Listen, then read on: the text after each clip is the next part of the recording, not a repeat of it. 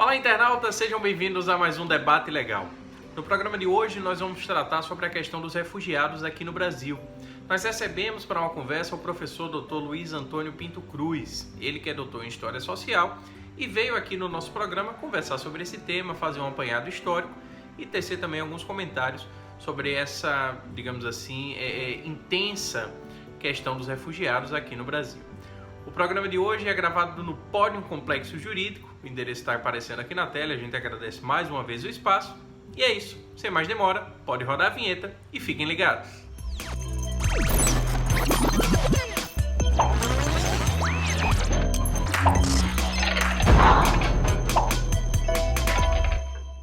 Olá pessoal, seja muito bem-vindo a mais um Debate Legal.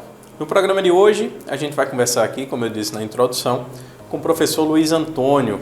Luizão, né? Luizão, a gente já se conhece há um bom tempo, posso chamar de Luizão. Com certeza, Luiz. É uma honra entrevistar o senhor 10 anos depois, professor. 10 anos depois do clássico lá no Colégio Coque, né? 10 anos depois de um documentário que a gente produziu aqui em Aracaju, entrevistou o professor Luizão.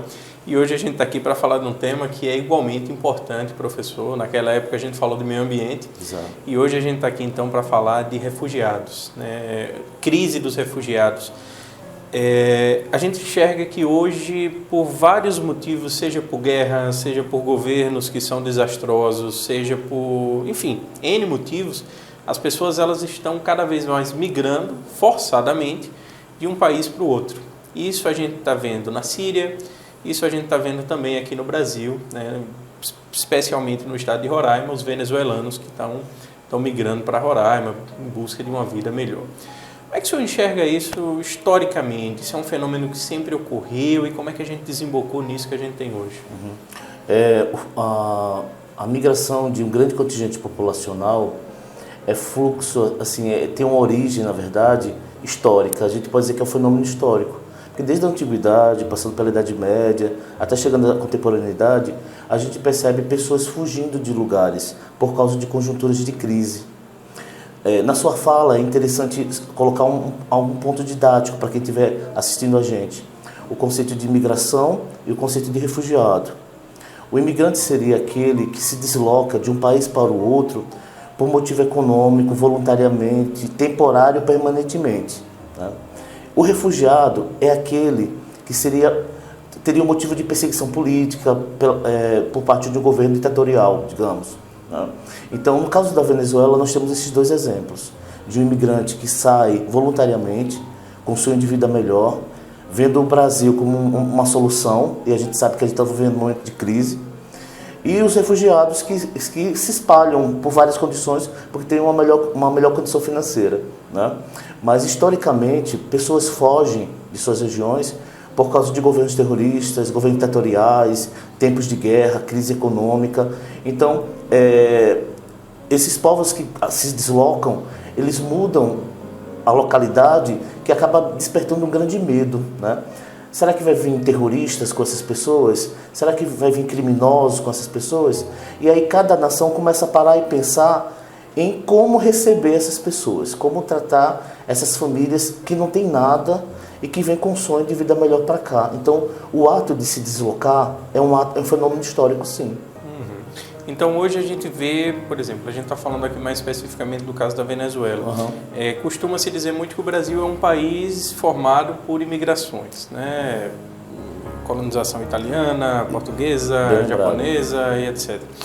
E a gente tem essa, costuma-se dizer, mistura, né? Não sei se é a palavra mais adequada a se utilizar. Mas a gente tem essa ascendência em várias partes do mundo.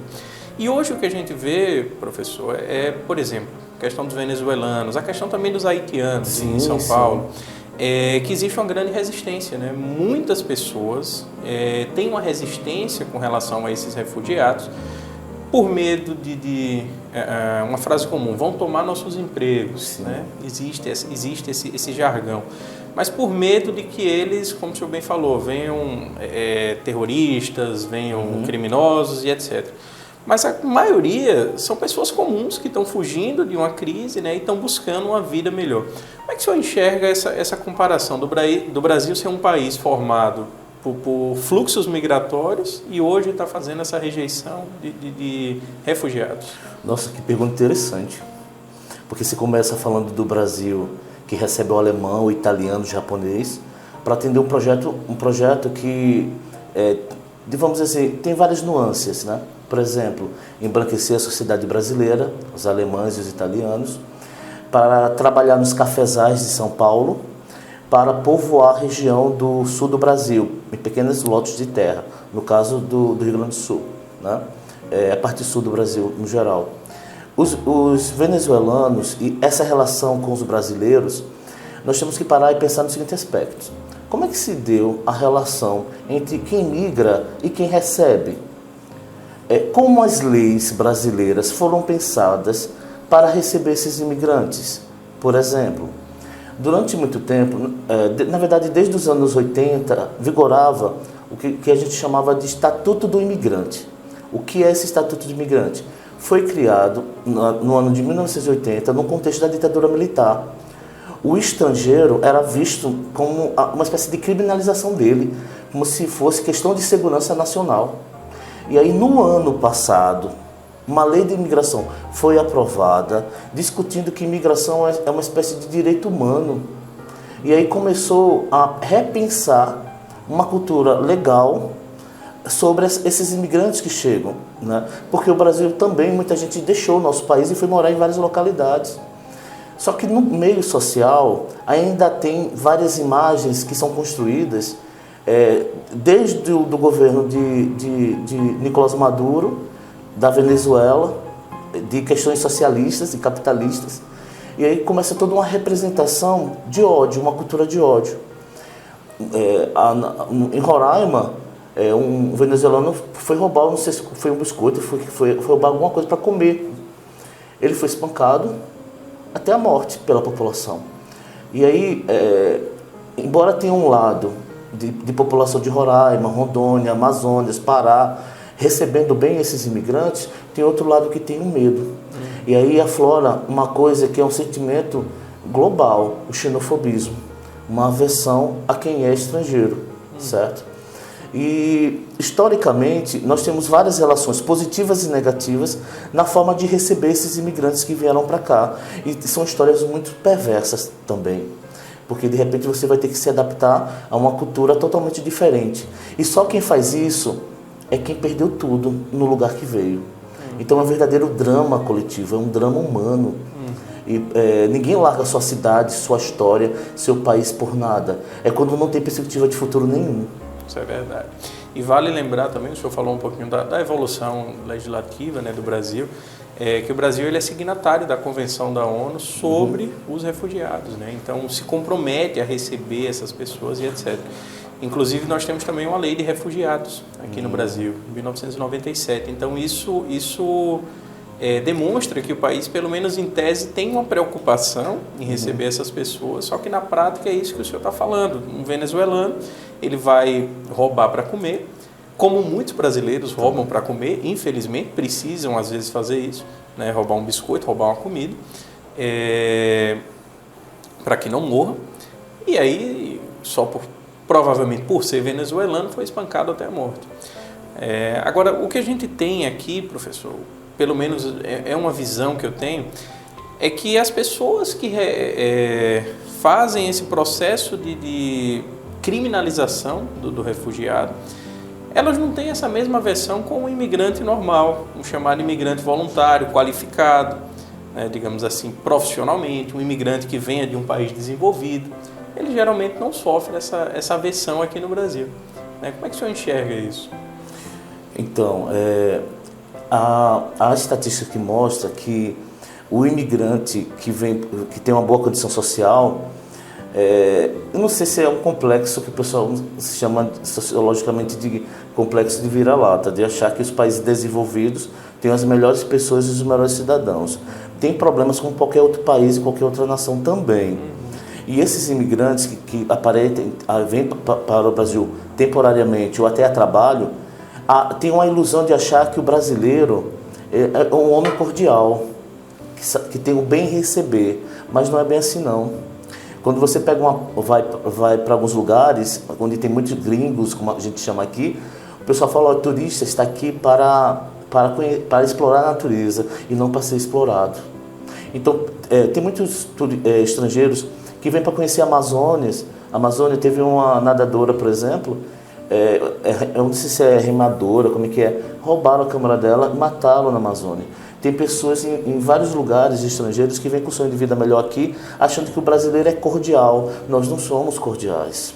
A realidade é que, infelizmente, nos últimos anos, o Brasil entrou numa cultura de ódio, uma cultura de divisão, uma cultura que não sabe tratar o outro.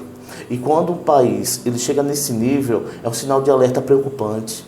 Né? Nós erramos em alguma coisa na questão civilizatória, educacional e no respeito do tratamento com o outro. Né? Então, o Brasil, durante muito tempo, quis ser a Europa, quis ser Estados Unidos. E uma elite construiu isso. Só o que é o Brasil? O Brasil é um país da América Latina, como a Venezuela, e tem problemas semelhantes como a Venezuela tem. Então, vou dar um exemplo prático para você entender o que eu quero dizer. A cidade de Laranjeiras, aqui em Sergipe, no século XIX, com o movimento abolicionista e republicano, ela era conhecida como Atenas de Sergipe, ou Atenas Sergipense. Beleza, vamos perguntar à cidade de Atenas, na Grécia, se ela quer ser a Laranjeiras da Europa. Vamos perguntar? Então, muitas cidades brasileiras, quem governava colocava nomes de cidades europeias. A Veneza brasileira. A Veneza brasileira, a Aracaju, teve gente que chamou Aracaju de a Nova Holanda ou a Nova Londres. Então, primeiro, nós temos, bem parecido, né? nós temos que perceber que nós somos uma realidade latino-americana. O Brasil e os brasileiros demoraram a se ver como latinos americanos. Então, a Venezuela quer grupos de ódio, assim, não queiram reconhecer, eles são os nossos irmãos. E o Brasil, dentro do contexto do Mercosul, tem que estabelecer diálogo, sim, com os nossos vizinhos, mesmo porque nós temos relações econômicas fortes com eles também. Está previsto, inclusive, na nossa Constituição. Na Constituição brasileira tem um dispositivo que diz que o Brasil, como um dos seus objetivos, vai buscar a integração da comunidade latino-americana de nações. E até por isso a gente tem o Mercosul, a Venezuela faz parte do Mercosul também. Então, é importante, né, a gente perceber isso e que existe aquela cultura diplomática que muito se fala, principalmente agora que a gente está num período eleitoral, que o Brasil, nas suas relações diplomáticas, por vezes, fala fino com os países ditos desenvolvidos e fala grosso com os países menos desenvolvidos. Então, tem esse trato diferente, né, e a gente percebe, eu acho que um pouquinho disso em relação a essa questão de refugiados. Agora, mudando um pouquinho o viés da pergunta, professor, sobre Roraima especificamente, né? Está recebendo os venezuelanos e as estatísticas indicam que a população de Roraima, em relação ao número de venezuelanos que está chegando, teve um incremento de cerca de 10%. É muita coisa. É muita coisa. A gente, proporcionalmente, é muita coisa. A população de Roraima, acho que não chega a 1 milhão de pessoas. Não tenho esse dado concreto. Mas, proporcionalmente, é algo em torno de 10%. Como fazer com que o cidadão entenda esse acréscimo populacional, as dificuldades que o governo vai ter e, ouvindo a opinião do senhor como professor, né, supondo que o senhor seja o gestor desse caso, o que fazer em relação a isso? Bom, essa pergunta é muito complicada. É complexa. Até agora ninguém conseguiu responder. Então, e você lança para mim assim, né? Bom, eu tenho amigas e amigos em Roraima, na região do fluxo forte que é a região da Amazônia. A Amazônia tem sido, de acordo com o projeto de cada imigrante, uma porta de entrada para outras localidades. Muitos deles falam que Roraima é o meio para se chegar a São Paulo, por exemplo. É o meio para se chegar em Manaus. É o meio de chegar até na Argentina. E tem gente com pouco recurso que sai pedindo carona em toda a localidade. Fica uma imagem para a cidade de Boa Vista, no caso, por exemplo, pelo que a gente vê nas matérias jornalísticas, eles estão espalhados em praças, postos. E para quem via a cidade de Boa Vista como lugar, vou usar os rótulos que a gente daqui do Nordeste acompanha, um lugar pacato, tranquilo, onde o Estado ainda é o grande pregador na região, né? O que deve ser feito pelos órgãos jurídicos, geral e político também, é acionar o governo federal. O governo federal tem que ter um papel importante, porque as políticas imigratórias, elas são importantes para pensar fórmulas ou solução para receber essas pessoas e também dialogar com o governo venezuelano, né? Porque no caso a gente percebe que lá está sem perspectiva, sem futuro, sem nada. Então é necessário a sociedade civil, a sociedade como um todo, parar, pensar, ouvir e perceber como ajudá-los. Porque acaba, no caso, se tornando também não sei se eu posso dizer, um problema generalizado, porque o mercado de Roraima não absorve todos eles, não tem condições. E aí o que você percebe? Os engenheiros lavando privada em Manaus, mulheres venezuelanas se tornando prostitutas para ter algum dinheiro, e aí você percebe que eles estão se adequando com migalhas, com o que pode, né? Porque quem de repente não tinha nada, o pouco começa a fazer muito para essa gente. É uma vida que certamente ninguém escolheu ter. Exatamente. E é dramático. Eu me preocupo especialmente com o futuro das crianças e dos jovens. As crianças têm que andar muito, os jovens não têm perspectiva de emprego, e aí acredita que a droga e a criminalidade, no geral, seria um meio de escada de uma vida melhor. Mas aí a gente precisa estudar, primeiro, restabelecer a dignidade dessas pessoas que perderam tudo por causa de um governo que, infelizmente, pecou na questão das políticas públicas, na questão de conduzir as práticas econômicas da Venezuela. Nós temos que restabelecer a dignidade dessas pessoas e a gente tem que pensar em alguma forma de ajudá-los. O Brasil não tem condições, nesse momento de crise, de absorver tanta gente. Infelizmente, o nosso governo é desaprovado por mais de 70% da população. Para essa população brasileira, o governo do atual presidente Temer piorou. Então, como é que a gente vai absorver tantos? É uma polêmica. Os venezuelanos não estão só na Amazônia, como eu acabei de dizer, São Paulo, e tem, por exemplo, a Igreja Luterana tem recebido venezuelanos lá no Rio Grande do Sul. Então, assim, é um problema generalizado em todos os estados. E a gente tem que pensar em políticas públicas para poder dialogar. E aí entra o governo federal, entra o exército também, para estabelecer a ordem, né? Entra a igreja, que tem um papel crucial, porque os venezuelanos vêm de uma tradição católica também. E aí a sociedade civil como um todo. Então, por mais que a imprensa tenha noticiado morte, violência, muitos brasileiros têm recebido muito bem os nossos irmãos, né, venezuelanos. Acreditamos que a maioria, né? Queremos crer. Luizão, muito obrigado pela conversa, pelo bate-papo. Acho que foi uma conversa que a gente perpassou a questão histórica, a questão política, um pouquinho da questão jurídica também. Sim. Acho que ficou bem bacana. Acho que nosso espectador conseguiu compreender direitinho. Ai, que bom, que legal. É esse o objetivo aqui da gente. Então, quero lhe agradecer mais uma vez, agradecer também você que acompanhou nosso vídeo até o final. Destacar, pedir, na verdade, para você seguir as nossas redes sociais, estão aparecendo aqui na tela.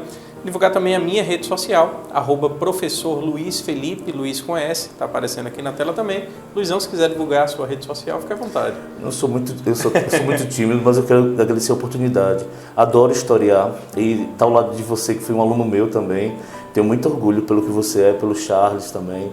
E eu dou um abraço para todos os ex-alunos que são grandes amigos. Manda um abraço para Rafael também, que você também está assistindo. Claro, Rafael, um abração, irmão. Valeu, Luizão. Obrigado mesmo. Dizer que é uma honra, mais uma vez, reiterar aqui que há 10 anos, né, em 2008, a gente estava fazendo, como eu falei no começo, uma entrevista sobre meio ambiente, sobre a degradação ambiental em Aracaju, sempre com esses temas sociais, ambientais, e hoje a gente reedita. Espero que não demore 10 anos até que a gente converse de novo.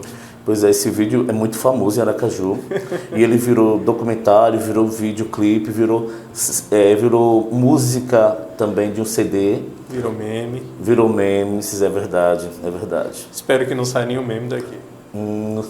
Quem sabe, né? Quem sabe. É isso aí. Então, obrigado pessoal que assistiu, obrigado Luizão e até a próxima.